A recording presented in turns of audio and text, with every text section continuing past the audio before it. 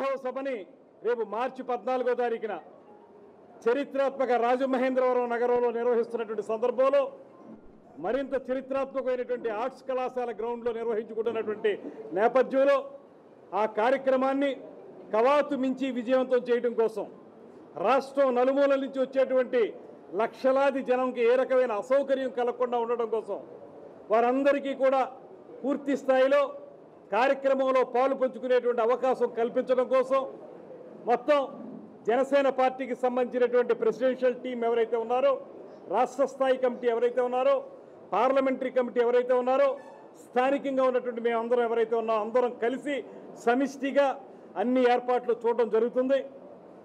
నిజానికి పవన్ కళ్యాణ్ గారి యొక్క సమావేశాలకి సరిపడేటువంటి ప్రదేశం కానీ మైదానం కానీ మన రాజమండ్రిలో లభ్యం కాలేదు మనకి. అయినప్పటికీ ఉన్నంతలో చాలా పెద్దదైనటువంటి ఆర్ట్స్ కళాశాల గ్రౌండ్లో పవన్ కళ్యాణ్ గారు జనసేన పార్టీ 5వ ఆవిర్భావ సంవత్సరంలో మన రాజమహేంద్రవరంలో బహిరంగ సభ, పెద్ద సభ ఏర్పాటు చేయడం జరిగింది. మీ అందరికీ తెలుసు. ఏర్పాట్లు చురుగ్గా జరుగుతూ ఉన్నాయి. 13 జిల్లాల నుంచి కూడా విశేష ప్రజానీకం అందరూ కూడా ఇవాళ జన సైనికులు, జనసేన పార్టీ అభిమానులు అందరూ కూడా రాజమహేంద్రవరం రావడం జరుగుతుంది. మీ అందరికీ తెలుసు, రాజకీయ చైతన్యం కలిగిన జిల్లా. అందున రాజమహేంద్రవరానికి ఒక ప్రత్యేకత ఉంది. మామూలుగా తూర్పుగోదావరి జిల్లాలో కానీ రాజమహేంద్రవరంలో మొదలైన రాజకీయ ప్రస్థానం ఎక్కడా కూడా ఇంతవరకు ఫెయిల్ అవ్వాల. ఈ సందర్భంగా జన సైనికులందరికీ కూడా విజ్ఞప్తి చేసేది ఏంటంటే, వీలైనంత వరకు కూడా మెరుగైన వసతులు క్రియేట్ చేస్తున్నాం. ఎక్కడా కూడా ప్రయాణంలో ఇక్కట్లు పాలవకుండా,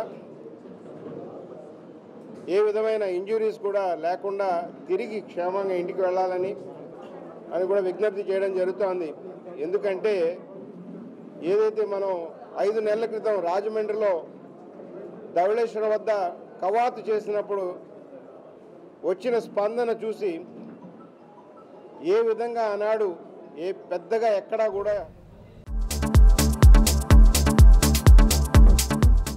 Hi, this is Siddhi Idnani and please do subscribe to New Waves.